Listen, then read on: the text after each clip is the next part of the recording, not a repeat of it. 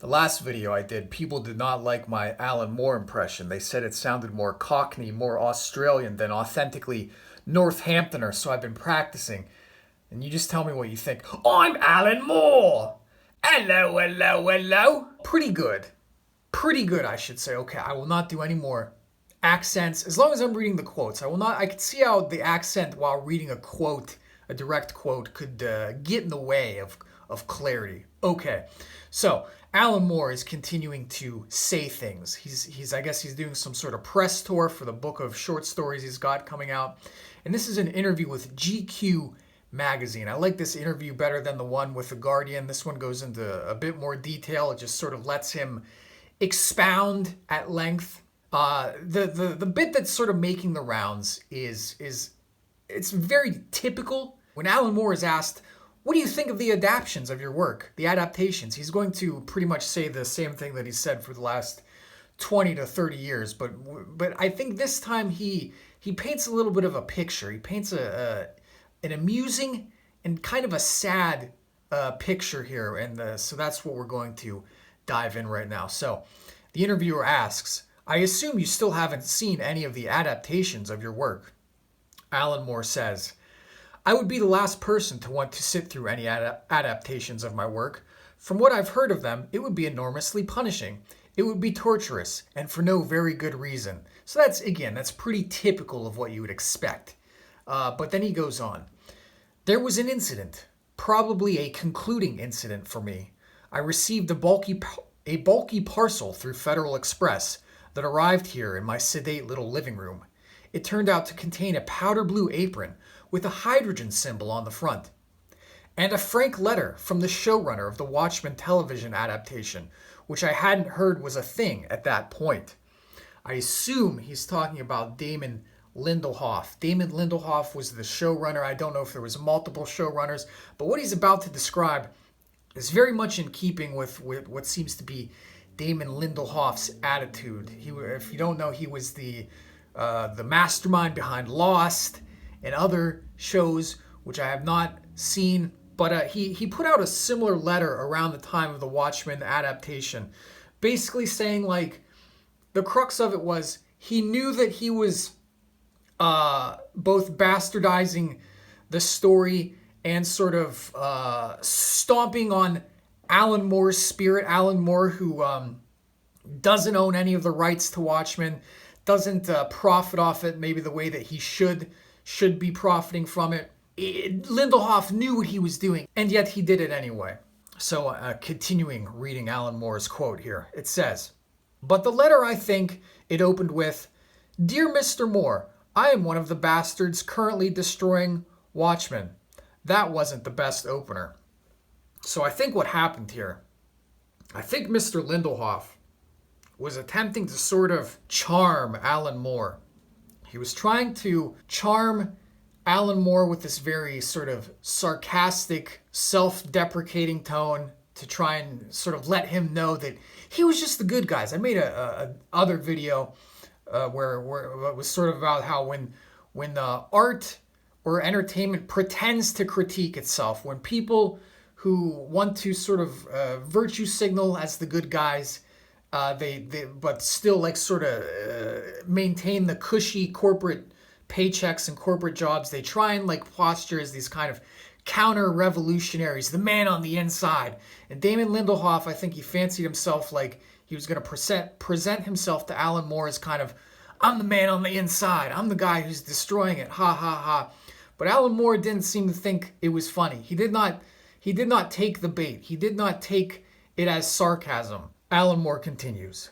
It went on through a lot of what seemed to me to be neurotic rambling, and then a quote here from the letter. Can you at least tell us how to pronounce Ozymandias? Again, I think this is David Lindelof trying to be funny.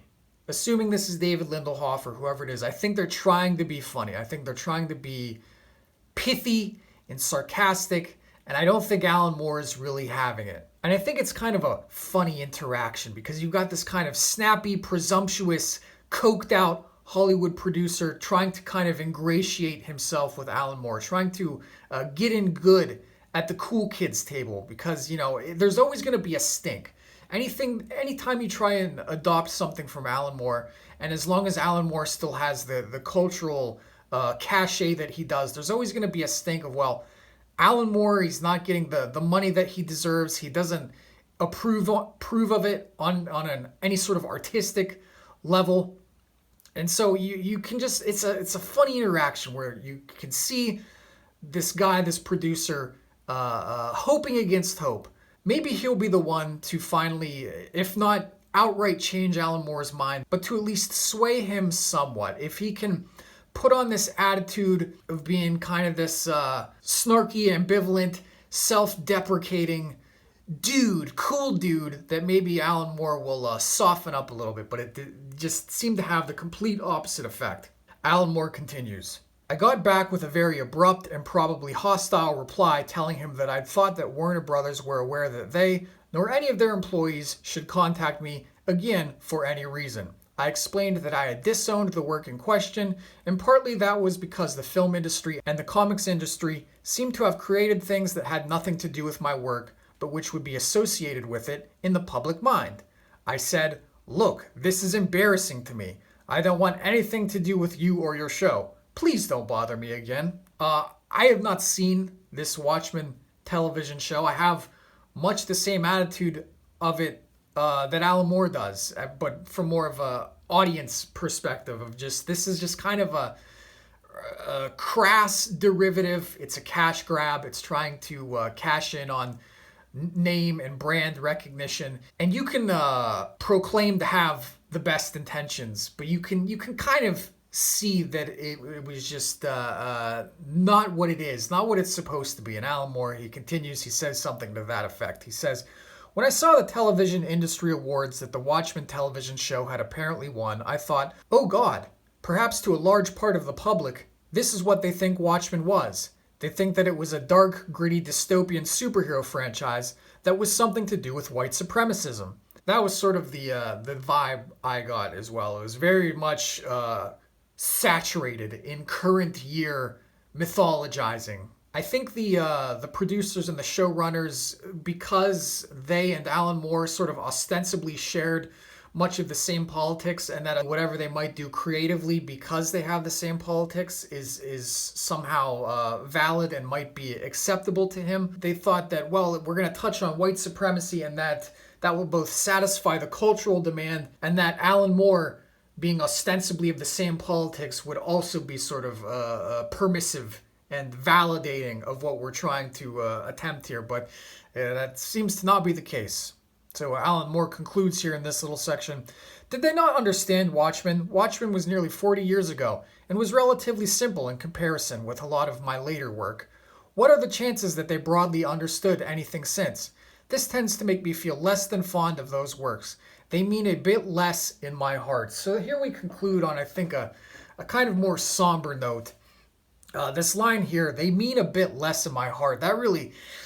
something about that really hits me, because I also feel that as an audience member, where the more that these sort of derivatives and things that sort of miss the point or springboard in a completely different direction from the original, it does, something about it does seem to taint the originals a little bit. And you try not to, you try and keep your head in the sand and just ignore what you don't want to be associated with that thing.